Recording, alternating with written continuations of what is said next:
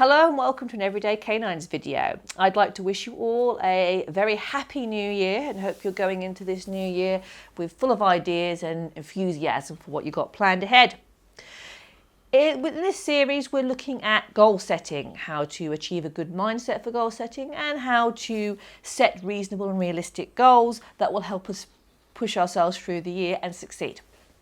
In this episode, I want to talk about reflecting on our goals. We often get quite a bit about setting goals and all that stage, but what happens when you get to that point where you're looking back and reflecting on your goals? So the first thing is to bear in mind that when we reflect on goals, that's often the point when we start to make things negative. That's the point where we start to go, oh, I didn't do this, I didn't achieve this, or we start to put down on ourselves. So when we're reflecting on our goals, we need to do it with an open mind, in a good place, and we need to do it as an act of learning, not as either a means of building ourselves up or putting ourselves down. So when we start, we look at our successes, not failures.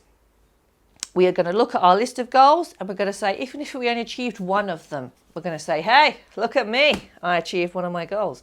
We're not going to count all the successes. We're not going to say, well, I didn't get all them. It's success, not failure. There are never failures. If you didn't achieve a goal, it's a learning experience. It's something for you to look to the next year or next month or whatever, however you're setting your goals. So we focus on our successes. We don't focus on failures because there are no failures. There are things to learn from and move through from. Remember that when we set goals, it's about the journey with your dog. I think sometimes we can be too obsessed with achieving things for the sake of being able to say to other people, I achieved this, or because we feel we need that achievement to justify our training methods or ourselves or our choice in dogs or whatever. No. In your dog sport, whatever that is, your journey is your personal journey with your dog. And whatever you achieve along the way, that is all part of the journey. It's something that when the time comes and your dog is no longer able to compete, it's something you will look back on, and that journey will be what it is. It won't be all about, well, I achieved this, I didn't achieve this. Well, it shouldn't be anyway. It's about that journey. It's about your journey alone, and that's why your goals are personal to you, because it's about your journey and your journey alone. Be kind to yourself about failure. If you haven't achieved what you want, and perhaps it's a case of I didn't get out training as much as I wanted to, and so I didn't get a certain skill fixed. And it could be that it was because you had an injury. It could be that you just were so busy with work and life that you didn't do it. Be kind to yourself. Don't treat it as a failure. Say, well, I didn't do that, but that gives me something to know where I want to go next year or how I want to move forward. You know, at the end of the day, we only make failures.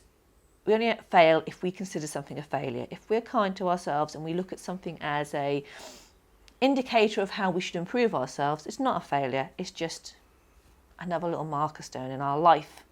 And there's a lot of life ahead of us. So be kind to yourself, even in your failures. Be proud of your little things, of your little goals.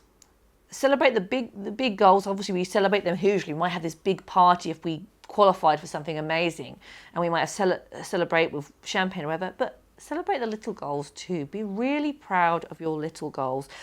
You know, if it was the first time you ever got a CC in a show ring, be proud of that. You know, maybe it was the first time you got round a novice obedience round without losing a whole ton of points on your stay, or you succeeded in your stay or whatever. Be proud of that. That was an achievement. It may not be going to cross, but that's an achievement, and that's an achievement that a lot of people won't ever do with their dogs. Compared to someone who's got a pet dog that never goes out of the house on a walk, you have achieved a huge amount. Be proud of yourself, even if your achievements don't seem that big compared to what others are doing. And that leads us into the next thing. Don't compare your successes to other people's successes.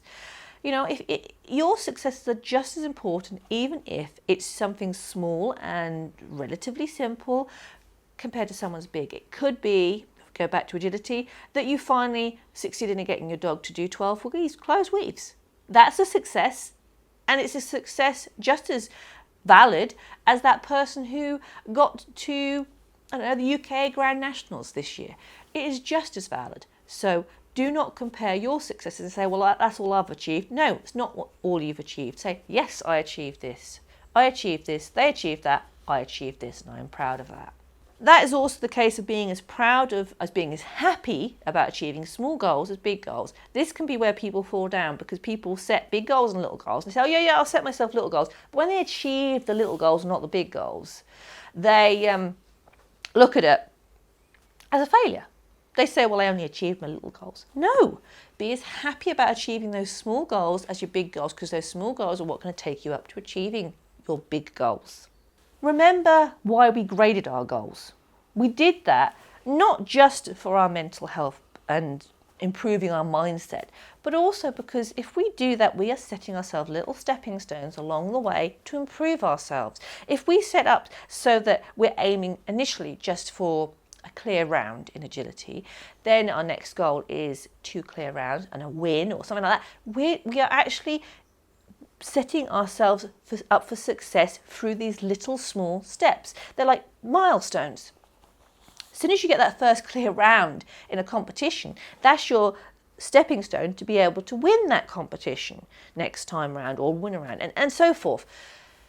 So that is why we grade these things and give ourselves little steps along the way, and why we don't just leap to the major one, because if we do that, we're missing out a whole stage of successes along the way which we can build on and which we can celebrate and which we can feel proud of, and will boost our confidence and will show us how we have progressed with our dog. Because at the end of the day, we can look back and go, hey, at the start of the year my dog couldn't even run round a ring without leaving. They used to just run out the ring, but by the end of it they stayed in the ring.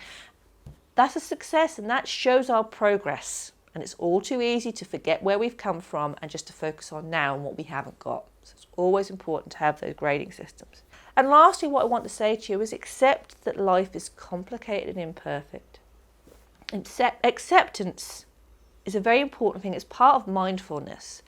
It's not about being placid about things that you can change. So, if you might say, well, I accept that my life is not where it is at the moment, that I'm not doing what I want to do, my dream job, say. That's not about you just going to sit there and go, well, I accept that, never mind. It's not that. You accept it and then you look how you can improve upon it. But acceptance is such a key thing, because if you can accept when something goes wrong, and you can accept that life doesn't always work the way we expect it, it takes off your suffering.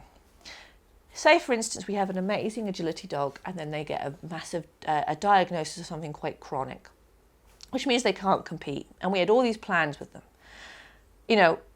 We can either beat ourselves up for the whole year and say, oh, well, we should have been doing this, we would have achieved that, we would have done this, and oh, isn't it hard, and isn't it horrible, life's cruel, etc., etc. Or we can accept and say, okay, that happened. I accept that's what happened. And you move on. And you take away that element of negativity and stress and suffering that otherwise would have laid upon you. It could be something such as your own health.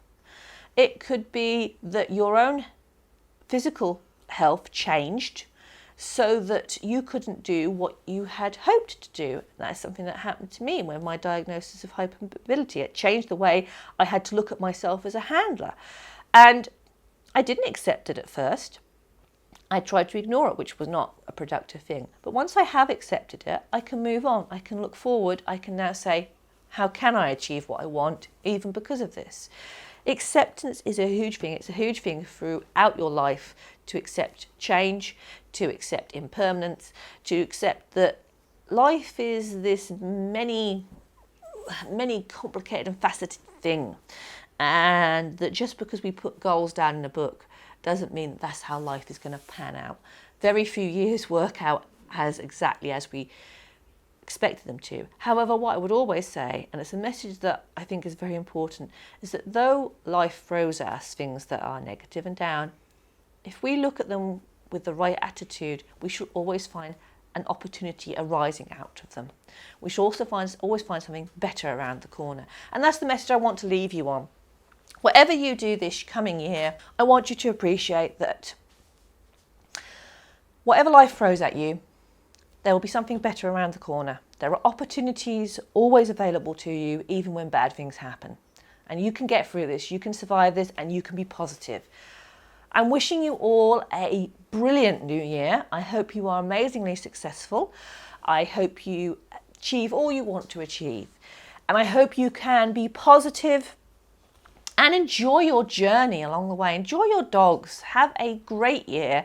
And we will obviously be with you all through the year, showing you more videos.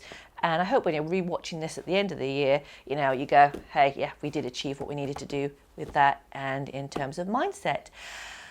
Thank you guys. I look forward to hearing from you all through the new year. I hope you've enjoyed watching this Everyday Canines video. And if you have, you might just like to subscribe to the YouTube channel, and you can check us out on Facebook and Instagram. Take care, everybody. See you next time.